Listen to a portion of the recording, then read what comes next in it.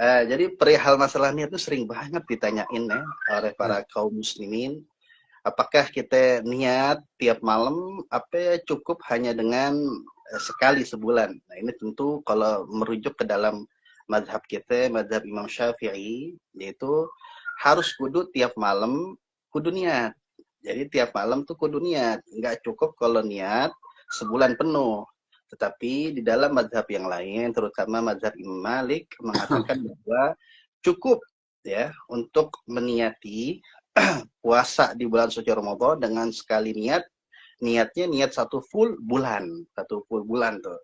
Nah itu cukup, cuma tetap nanti di persyaratan mengikuti madhab Imam Malik ini, taklid dan di madhab Imam Malik ada beberapa hal yang harus diperhatikan, ya, perhatikan. Jadi nggak bisa satu full gitu aja, lalu nanti ke depannya kalau misalkan ada yang batal puasanya, itu kudu diniatin ulang lagi gitu. Jadi kalau dalam mazhab kita puasa itu untuk niat itu kudu tiap malam di kulli yaumin ya, untuk setiap malam.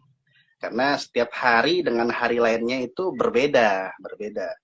Kalau menurut madhab Malik itu ialah boleh diniatin satu bulan ya. Karena itu makanya kita kudu belajar tuh tentang masalah ilmu fikih dalam berkenaan bulan suci Ramadan. Banyak para ulama mengarang kitab tentang mengenai hal itu.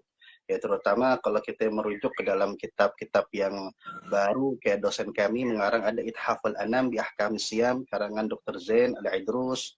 Di situ tentang masalah mustajadat, perkara yang baru. Lalu banyak lagi para ulama mengenai perihal masalah karangan-karangan di bulan suci Ramadan. Wabil khusus Imam Ahmad bin Muhammad bin Hajar Al-Haytami mengarang kitab ada Ithaf bi ahli siyam, ithaf wa ahli Islam bi khusus siyam kalau salah ini. Ada lagi kita banyak para ulama Masya Allah ketika datang bulan suci Ramadan, mereka mengerahkan usahanya, ada yang dengan baca Quran, ada yang dengan mengerahkan ilmunya dengan karangan-karangannya. Banyak daripada khususnya para habaib. Ada Bughyatul Talib Al-Manhum. Itu karangan sebenarnya diambil dari darsnya Al-Habib Salim Syatiri, disusun oleh Al-Habib Ibrahim bin Abdul Bari Al-Idrus. Lalu juga biasanya kan ada tuh di dalam bulan suci Ramadan dibikin dibikin majelis setiap hari sampai 30 hari. Nah itu banyak tuh para ulama setiap hari bahas, satu hari ini bahas tentang masalah ini, besokannya bahas tentang ini. Nah itu disusun tuh. Ada kalau kita dulu punya Sayyidil Habib Umar, ada namanya Mamlakatul Qalbi wal A'dha. Nah itu ada durus sampai 30 hari. Jadi darus pertama sampai darus hari ke-30. Tuh disusun lah namanya Mamlakatul Qalbi wal A'dha. Itu karangan Sayyidil Habib Umar. Terus ada lagi Syekh Muhammad bin Saleh Al-Utsaimin, juga ada kitab namanya Majalis Ahli Syahr Ramadan. Ya, Majalis Syahr Ramadan. Itu juga majelis-majelisnya Syekh Utsaimin setiap hari pertama majelis tentang masalah ini. Sampai majelis 30 itu ada. Jadi para ulama Masya Allah mereka benar-benar untuk iqbal terhadap bulan suci Ramadan harus kudu matang dengan ilmu, sehingga pertanyaan-pertanyaan berkenaan tentang masalah fikih, berkenaan tentang bagaimana kita menyikapi dalam bulan suci Ramadan itu sudah matang. Makanya ada salah satu dosen kami mengarang kitab bagus banget yang namanya Al-Badai'ul Ghaliyatul Athman. Al-Badai'ul Ghaliyatul Athman litazawudi li syahri Ramadan. Nah, itu karangan Dr. Segaf Al-Idrus, itu tentang pembendaraan Badai'ul Ghaliyah Al-Athman. Di situ tentang ada 7 risalah-risalah yang berkenaan tentang masalah puasa. Di antaranya yang paling menarik ialah dalam risalah itu mengungkap kesalahan-kesalahan yang ada di bulan suci Ramadan. Nama risalahnya Kashful Ghita an Ba'di ma yaga'u fi Ramadan minal akhta. Jadi di kitab itu disebutkan kesalahan-kesalahan yang sering dilakukan oleh para kaum muslimin. Nah, itu nanti dibenerin sama beliau. Jadi begitu deh para ulama kita lihat, mereka juhud ya, badlul juhudnya, mengerahkan usahanya, menaruh ilmunya dalam kitabnya supaya kita ngerti gitu. Makanya kan sampai dikatakan oleh para ulama, "Lau kana hadzal ilmu yahsulu bil muna, maka fil bariyati jahilu." Ya, kalau ilmu cuma kita dapat dengan angan-angan, kepengen sukses, kepengen nyambut bulan Ramadan dengan gembira, kepengen alim, kepengen ini, kepengennya doang, ngelakoninnya kagak, ya nggak bakal bisa. Makanya fil bariyati jahilu. Kalau ilmu cuma bisanya di pengen-pengennya doang, di keinginannya doang tanpa ngelakonin, maka fil bariyati jahil. Nggak ada tuh dalam di dunia, nggak ada orang bodoh gitu. Jadi begitu Ustaz Rafli. Ya, penjelasannya cukup komprehensif, Ustaz Ali. Cuman yang masih kita jadi apa namanya iskal masih di kalangan masyarakat itu, ini yang bener yang mana sih? Kadang ada ustadz yang bilang kita taklidan lil Imam Malik, atau apa namanya kita ngikutin Imam Malik dalam niat berpuasa. Cuman nih ustadz dia pada nanya begini, ada bedanya nggak puasa atau kaifiatus siam Imam Malik sama Imam Syafi'i? Karena kita ngikut niat puasa Imam Malik begitu, yang bisa memenuhi puasa 1 bulan penuh niatnya. Pertanyaan dari masyarakat sih emang kadang beranak pinak ya. Ustadz, ini kita niat puasa ala Imam Malik kan boleh nih kata Ustadz ini. Terus apakah kemudian ya tarotab ala kaifiatis siam, apakah ada konsekuensi yang berbeda? Misalkan Imam Malik mah harus puasanya 14 jam misalkan, atau 12 jam karena di Afrika atau di Madinah dulu waktunya beda gitu. Gimana saat kira-kira itu? Iya, untuk kaifiatnya, untuk tata cara puasanya, kalau kita mengikuti mazhab Imam Malik, kalau kita mengikuti mazhab Imam Syafi'i, tata caranya tetap sama.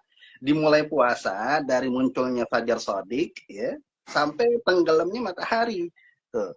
Sama tetap puasanya, mah kalau kita mazhab Syafi'i puasanya ya dari segitu, kalau mazhab Malik tetap gitu.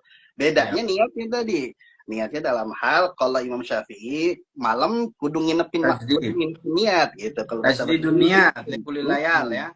Iya, kudu nginepin niat tuh di malam hari kalau mazhab Syafi'i. Kalau Imam Malik dia cukup untuk sekali ini di awal bulan Ramadan dia niat 1 bulan full, cukup deh tuh. Nah, cuma nanti pembahasan Imam Malik ini ada pembahasan tersendiri. Nah, cuma kita sebagai pemeluk mazhab Syafi'i, para ulama nganjurin buat ketika kita mau puasa di bulan suci Ramadan, selain kita niat tiap malam, kita juga sunnah tuh dianjurin niat menggunakan niatnya ngikut Imam Malik. Biar kalau nanti biar kalau nanti sewaktu-waktu kita di pertengahan lupa niat, kalau lupa niat ya, nah itu bisa ngikutin menurut Imam Malik. Jadi namanya manusia kan Sat ya. Manusia. Iya, kadang dia sibuk nontonin roket-roket atau rudal-rudal Iran ke Israel sampai lupa niat kan? Iya, benar. Iya. Jadi lupa dia tuh. Iya, kesibukan duniawi kan, sampai lupa ada niat tuh. Jadi ihtiyatonnya ulama kita malah bagus kan, udah pakai niatnya Imam Malik dulu di awal, tapi diusahakan sebisa mungkin tetap kita tajdidun niat atau menginepin niat setiap malam gitu ya. Iya benar. Asantum Ustadz Ali. Iya. Berarti nggak ada konsekuensi apapun terhadap kaifiatus siamnya ya? Sama aja puasanya mah. Iya, puasa mah tetap sama. Iya, dari subuh sampai malam, sampai maghrib. Iya. Betul, nggak jadi beda. Makanya inilah yang harus kita kasih tahu kepada para kaum muslimin bahwa pentingnya kita kudu nyari ilmu. Ya, pentingnya kita nyari ilmu yang bersanad, ya, nyari guru. Masya Allah kita ada Ustadz Rafli di daerah Tangerang. Kita bisa berguru dengan beliau, Masya Allah. Apalagi siap guru. Ada guru saya nih, guru taraf. Juga sama kita. Masya Allah.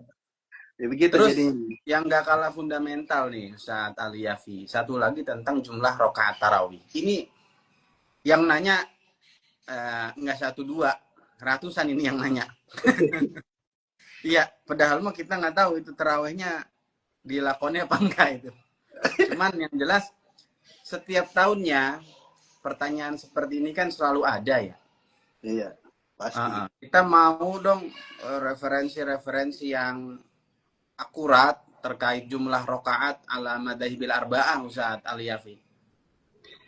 Iya, kalau masalah tarawih banyak para ulama juga mengarang kitab, ada Al-Masabih fi Shalat Tarawih karangan Imam Suyuti. Di situ juga disebutkan bahwa ijma'ul sahabah, udah sahabat udah para ijma' deh. Jadi dari zaman dahulu emang udah sahabat, udah ijma' sepakat taraweh 20 gitu, 20. Cuma sebenarnya permasalahan ini kan khilafiyah ya, ada yang mau 20 fadhal, 8 fadhal. Yang penting kan yang nggak boleh ninggalin gitu kan. Ninggalin Eman-eman kan udah dikasih bulan Iya, Ramadan dia iya. tinggalin kan begitu ya. Iya, emang. Masya Banyak Allah. para ulama ngarang kitab, ada orang ulama Indonesia Al-Qaul fit Tarawih, ada Yang siapa 3 namanya? rakaat. Iya, jadi Anda lupa, Anda pernah baca kitab tipis tentang masalah salat tarawih, bahwasanya pendalilan salat tarawih 20 itu diantaranya ijma' sahabat. Mereka tidak ada yang mengingkari ketika Sayyidina Umar mengumpulkan kaum muslimin untuk sholat dengan imam yang satu, jumlah rakaatnya 20, itu mereka nggak ada yang mengingkari. Yang mengingkari kapan? Pas zaman-zaman baru sekarang, abad ke-13 Hijriah, abad 14 Hijriah, baru-baru yang mereka-mereka sebelumnya itu para sahabat kagak ada yang ngingkarin. Karena itu sebenarnya ijma' sahabat kan, ini ijma' ini kan hujjah buat kita, menjadi masadir tasyri'. Iya, menjadi tasdirannya masadir tasyri', hukum Islam ini. Nah, karena itu yang terserah deh, sekarang kita terserah dia mau 8 fadhal, dia mau 20 fadhal, yang nggak boleh tuh ninggalin tarawih. Ya, selagi masih tarawih. Karena cukup dengan hadis Nabi yang man qama ramadhana iman wa ihtisaban ghufira lahu ma taqaddama min dzambi. Kan yang disebut dengan qama di situ kan yang disebut menghidupkan malam bulan Ramadan dengan tarawih, dengan kita salat tarawih. Cukup dengan kita salat tarawih dapat ampunannya Allah, mengampuni dosa-dosa kita yang lalu. Makanya ya begitulah khilafiyah para ulama. Cuma yang kita yang ahlus sunnah condong ke pendapat yang tadi, yang 20. Kenapa? Karena pendalilannya lebih kuat. Lebih kuat. Iya. Jadi by the way, karena ini sama-sama lagi berbicara tentang rokaat ya. Tadi kita ngomongin tentang niatnya Imam Malik.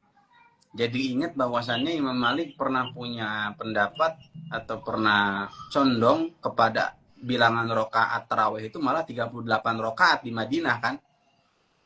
Iya benar. Ya. Gempor tuh kan. Iya.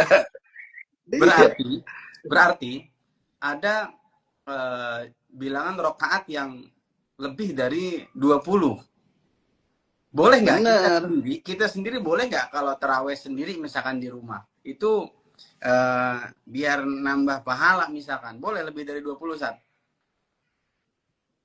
Kalau masalah ini itu namanya tarawih itu apakah aksarnya rokaat itu 20 atau lebih gitu. Ya, cuma kalau kan pertanyaan ini ya kayak dulu kita di Tarim kan banyak ada fenomena 100 rokaat salat tarawih. Ya, maksudnya 100 rakaat jadi 20 di masjid ini sampai 5 kali masjid.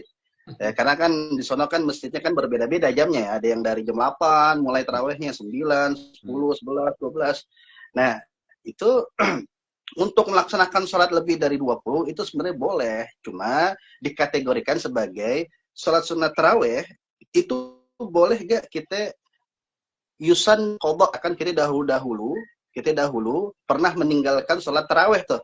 Maka melakukan sholat tarawih yang lebih dari 20, sholat tarawih lagi, nah itu dihitung sebagai qadha, menunaikan qadha tanggungan tarawih kita yang lalu. Atau ini masuk ke dalam masalah apakah sholat sunnah tarawih ini disunnahkan untuk i'adah, mengulangi sholat tarawih. Nah ini ulama khususnya Ibn Hajar mengatakan bahwa disunnahkan itu i'adah sholat tarawih. Jadi makanya dalam fenomena misalkan di Tarim nih, misalkan nanti kalau Masya Allah ziarah ke Tarim di bulan suci Ramadan, itu orang-orang ngelakuin sholat tarawih itu sampai 5 kali. Berarti kan 100 rakaat tuh. 100 rakaat. Ada yang sampai 4 kali. Nah itu apa maksudnya tuh?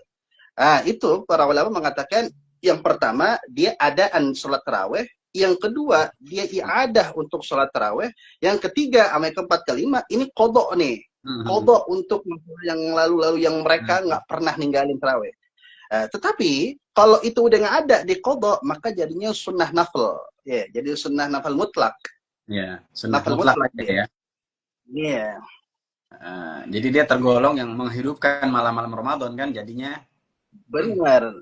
Menghidupkan malam-malam Ramadan. Makanya kita ya Allah, kadang kita malu sama orang-orang tua kita dulu dahulu kita para ulama yang mereka udah sepuh tapi kenceng ame tarawihnya dan nggak pernah ninggalin